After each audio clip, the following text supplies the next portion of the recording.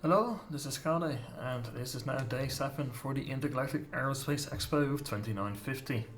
And today is gonna be Alien Day, which of course means we have ships from Aopoa, we have ships from Esperia, and we have ships from, what was the other one? Aopoa, Banu, whatever, some of the other ones. I forget them at times. Yeah, Banu, I think it's just separately from that. That was it. So, before I go into the ships that are on display and on the holo display, I will address two ships which are not shown at all. Number 1, Banu Merchantman. Long awaited, of course. It did, I believe, get a price bump this time, because I believe it was still 350 last time, but I could be mistaken in that. I don't keep track of all the prices, believe it or not. It's currently 450, so it's a future flyable, of course. They may start working on it at some point, but it's probably not the highest priority, I believe. What other people do expect is that it's going to get a reasonable price bump when it gets to be flight ready, but waiting for that can perhaps not be really worth it. The other ship that's not being shown is from Aopoa. It is the Santok Yali, or whatever how that's supposed to be pronounced in Jean. That ship is going to be a medium fighter in comparison to the Cartual light fighter. So those are not shown at all today. Let's go over through the ships that are being shown.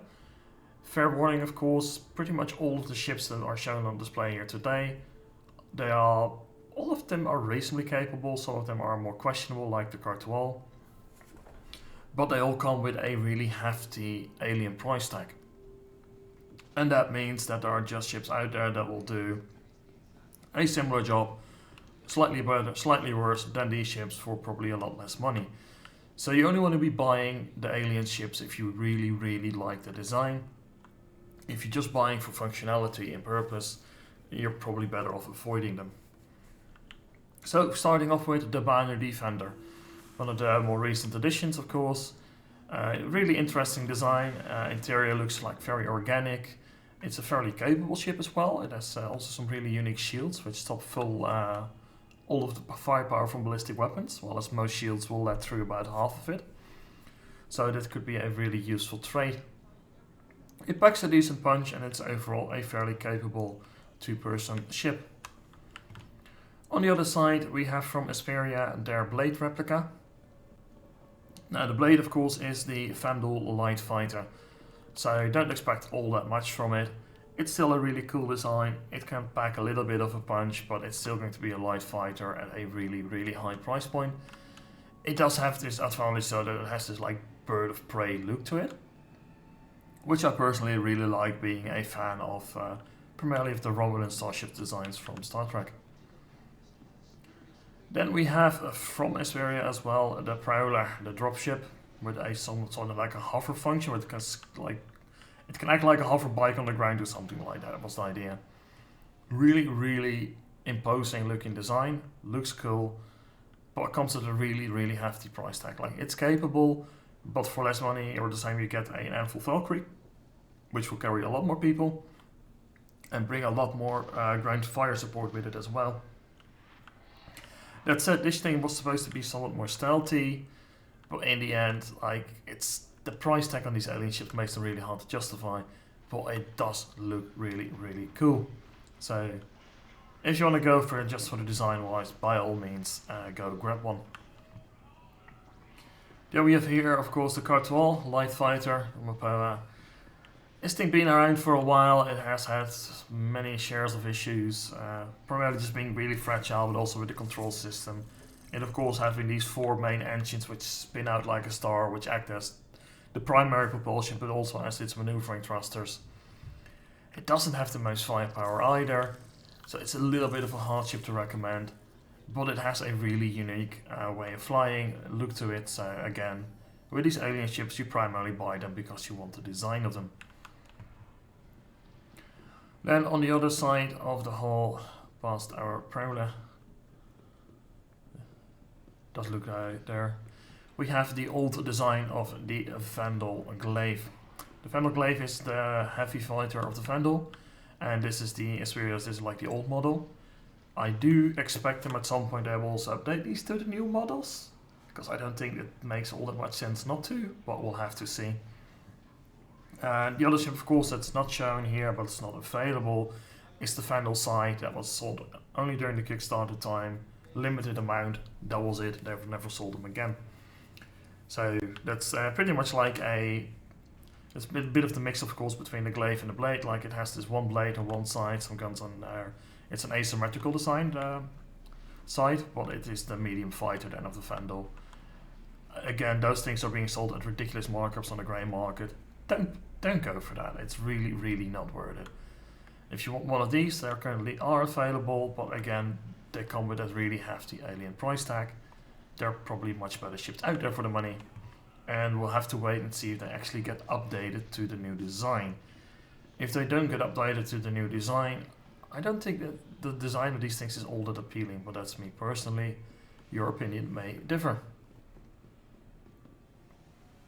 Let's take a look downstairs, where we will have the holo displays, and also from Aopoa we should have the Nox hover bikes, which should be parked on the other side. Now, let's take a look over there. As always, of course, with the hover bikes, they have their current issues, probably will be resolved, but here they are. And as far as the hover bikes go, these are my personal favorites, design-wise, but also they have the advantage of being more compact than the Dragonflies from Drake, because the Dragonflies are fairly wide, so they take up a lot more room in your cargo bay, whereas these things are a lot more narrow, which allows you to probably more easily sneak one in besides your cargo into your ship if you really want to carry one around. They do look really cool, of course, and they have some weapons on them, but like always, I just don't really believe in the use of the weapons on these things, but perhaps in due time I could be proven wrong. They also have the advantages that they're reasonably priced compared to a lot of the other alien stuff. And then finally we have the Talon fighters, or the strikes. Which one is it again? Yeah, you got the Esperia Talon strike, and you got on the other side the Esperia Talon, whatever the other name was. One of these is missile focused, one of these is gun focused. I always forget which is which. Doesn't really matter all that much. They're the same price. They're light fighters, the Terran designs, and they are the reasonable option when you want an alien ship without having too high of an alien tax. They still have a alien tax, but right now it's not really all that insane. Probably when they become flight ready at some point, the price will of course go up. So if you really like the design of them, you want a alien designed ship that's not insanely priced, these are a really good recommendation. And they do look really quite awesome. So, of all of the alien ships, this one is one I could, with some hesitation recommend, because it's not really that badly overpriced in comparison to all the other ships. And that really is it then for Alien Day. There's not that many ships, of course, available. We're still, waiting on the rumored Shan cargo ship and all of that. So no doubt more of them will come in due time.